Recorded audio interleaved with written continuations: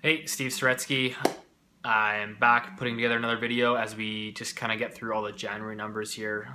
Put together a video the other day basically hiding some of the areas that were most affected in a correction right now, which is the higher end luxury homes. Areas such as Richmond, Vancouver, West Side, West Vancouver. The areas that have the most expensive homes, those are the areas that have seen the biggest correction, about 20% right now. Worst sales months over the last 10 years, worse than 2009 for January. And that trend is essentially the same across Greater Vancouver. So I know I like to highlight those areas before, but I mean, for the most part, if you look at it, the detached sales, for the most part, if you group REB, GV, Real Estate Board of Greater Vancouver, together into one lump sum, sales were down 50% or so year over year. I think it was 50 or 54%. But you can say, okay, well, that was just coming off of a hot 2016. Yes, but they're actually on the 10-year average. Sales are down about 30% below that 10-year average. So it's something to definitely be concerned about. The detached market is getting hit very hard. I don't see personally, any turnaround coming in the near future. Obviously long-term real estate prices are always going to be very expensive. They'll always do very well. But short-term window, I like to cover in the market and currently what's happening right now. Everybody makes their own decisions in terms of what you want to do. Some see the detached market right now as a prime buying opportunity with prices being down 20%. Foreigners maybe, foot off the gas. Now is the time to jump in. I don't advocate in any direction. It's a decision that you have to make. But certainly it's down 20% right now. Do I think it has more room to go? I certainly believe that to be true. But and again, it's anyone's guess. Does Christy Clark get in May and then reverse the 15% foreign buyers tax? Again, that's also a possibility. Whether that does anything, again, I don't know. But so that's basically where we're at right now. If you actually look at, the average sale price and median sale price year over year, so now going from, January 2016 through to January 2017, I'm just gonna look at it right now. So the median is down 15% and your average sale price is down 16%. Again, there's market deniers that will come out and make every excuse in the book and just say, well, that movement is strictly from higher end homes that aren't selling. It's maybe a little bit of a valid argument. But at the end of the day, there's only so much that you can quantify. At the end of the day, the average sale price is the average sale price. It really is. It all trickles through. And if you actually look at it, if you look at a house that was that sold from a year ago to what it's selling for today, for the most part, again, they're still down about 15%. Based on the numbers right now, because nothing has been selling over the last 6 months, inventory's been piling up and up and up. We're actually slightly above normal historical inventory levels. So there's definitely no shortage in the detached market for supply. And we're about to enter the prime selling season, the prime listing season, where everybody gets their home prepped and ready for the spring market. So you're going to see a huge influx of inventory coming on in the detached market. And that, in my opinion, that will only make issues worse for sellers. Obviously, it's already a very competitive market for sellers right now. The buyers obviously have the upper hand, so now you're going to throw a whole bunch more inventory on. So that could be a catalyst to push prices down even further. Real estate is such a sticky market. Prices, prices just don't go down overnight. And I keep talking about this, but it's really it's almost like a slow bleed. And the thing is, most people, you can almost argue is okay, well, why is nothing selling? Certainly a lot of the buyers have stepped away, but I still think there's obviously quite a bit of active buyers, but they're just not willing to pay the prices, sellers are asking for. And there are a lot of these sellers are listing at, spring 2016 prices. And I think there's, maybe a lack of information out there where sellers, a lot of them, I don't think have understood that the market has already corrected 15 to 20%. And so you have a lot of these prices where the prices just aren't budging. But I think, again, as you obviously add that more inventory. That's going to put some more pressure on prices, on sellers to reduce. You know, we saw a ton of sellers try to list, reduce their price, pull it off the market in December, and now it's going to be going back on in January, February, March. Seeing a lot of that. So, but again, moving away from the detached market, again, you know, keep an eye on for that. I do think that eventually at some point that will trickle through into the lower markets. It's certainly trickling through into the townhouse market. That's obviously what I want to talk about now. Townhouse sales, I mean, townhouse sales, let's just see here. Yeah, 31%, they dropped year over year, townhouse sales. I believe it was 11% below the 10-year average. So, I mean, there's been a lot of movement on the townhouses too, and, you know, it really just depends on the price point. I think the ones that are getting affected the most is the higher stuff. So that's probably something where anything above, you know, 700,000 or 800,000, that's becoming that's becoming a tougher sell. And it's really just comes down to affordability. I mean, the people that are buying right now, for the most part, the majority of them are locals. A lot of them are first-time buyers. And so, you know, I get these stories. People go, you know, Steve, like the market's still hot. And, you know, a buddy friend of mine in Maple Ridge who sold his townhouse, 7 offers. Yeah, that's still happening. You have to look at the price point. I mean, a townhouse out there is what, 400,000. So, you know, anything that's really like affordable in that affordability range, basically anything up to 600,000. That stuff is still selling, and that stuff is still selling quite well. But for the most part, if you group the whole townhouse market together as a whole, you know, sales are down 31%. They're below historical normals. Inventory levels are still very low, so that's keeping prices, you know, from falling further. But I still have them down for the most part, about 7% off the peak. If you look at a comparable home for what it's selling today, January 2017, or now that we're in February, to what it was selling for back in the spring of 2016, it's down about 7-8%. And if you actually look at the sale price for the average and the median, again, this is real-time data, maybe not the most accurate because it can fluctuate, but it can give you a really good idea of the market. The average sale price for townhouses year over year, so over the last 1 year, it says they've increased by 3%. The median says they've increased by 2%. Okay, well, we both know that townhouses increased by more than, let's say, 3% last year. They actually increased by about 20%. You know, some areas were higher than that.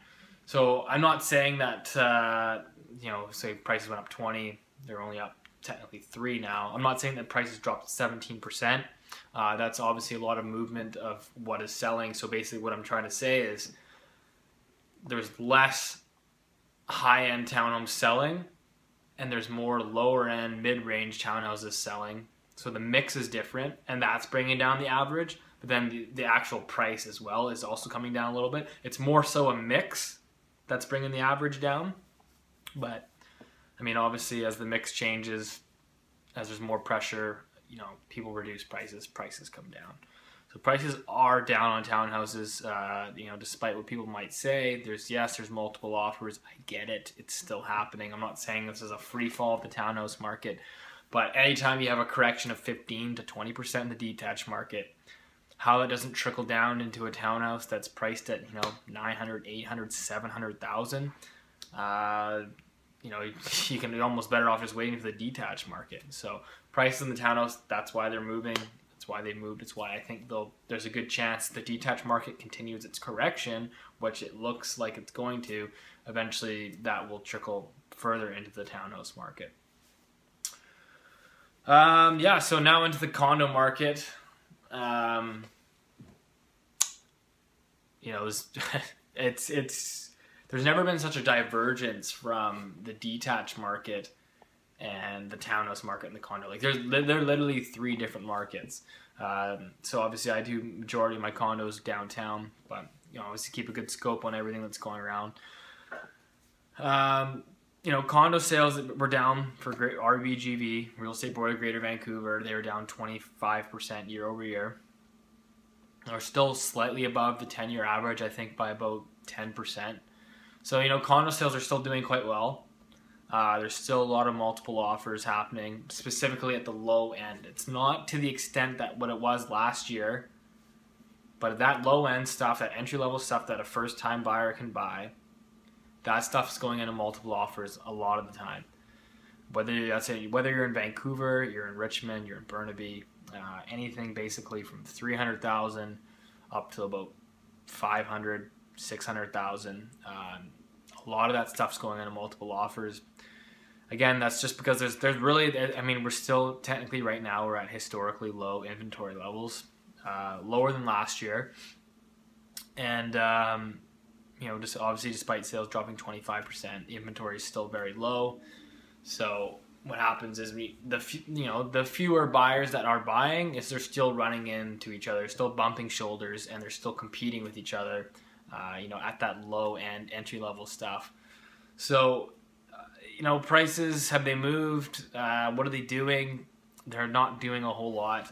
What I saw, particularly in Vancouver, is that prices had fallen about 5% from the peak. Since then, in January, like I said, I've noticed a bunch of multiple offers happening. It looks like prices have somewhat rebounded a little bit, and for the most part, I'd say you're still roughly at where peak prices were back in June. And so I wouldn't say there's really any movement. Again, I'd say at one time there was roughly about 5%. Maybe it's around 2%, but it's so hard to quantify that I don't want to just put like a specific number on it. But for the most part, it appears like prices are flat. Are they going up? It doesn't really look like it, but anytime right now is when you have this ultra low inventory. There's a lot of pressure right now on condo prices to keep going up. But again, I do think that as that detached market, if it continues to correct, it pushes in the townhouses. The townhouses pushes into the condos. When's that going to happen? That could take a while. It's hard to put a time frame on it. But again, real estate is sticky. These things take time. But really, until the inventory starts to grow or demand just completely falls off, I wouldn't expect the condo market to favor the buyers anytime soon. That's just the sad reality of it. But that's kind of where we're at right now. The sale to active ratio. So another really interesting tidbit here is the sale to active ratio for condos. Basically peaked. I think it peaked at about 70%. Which is extremely high. Basically, the board says anything over 20% is quantified as a seller's market. So it peaked at 70% back in, I think, June. Or was it? Yeah, spring or early summer, around 70%. It's since dropped to about 27%. So yes, it's still in a seller's market, but you can clearly see that it's dropped. And I think the only thing that's keeping it from dropping again is that really low inventory. But again, another thing to notice is there's a thing called the absorption rate, and that's basically how many sales are happening, divide that by how many new listings. So you take one whole month, let's say you have 100 sales and you have 200 new listings, your absorption rate is 50%. So generally, the rule of thumb is if your absorption rate is below 50%, that is a downwards pressure on prices. That means the market hypothetically is cooling, and you should see prices come down. Now, anything above 75%, that suggests that we're in a market that's getting hot, or where prices are going to go up. So the absorption rate for condos in January was around 40%. So that suggests that we're in a correcting market, that prices should be coming down. It doesn't really look like it, but again, that's a very interesting metric. Historically, it's held very accurate. The detached right now, the absorption rate is at 24%. Back in the peak, I think the absorption rates were through the roof. So it's really changed. I don't think the condo market is going to turn around, in the short term. It really just depends on what the detached market, I think, will continue to do.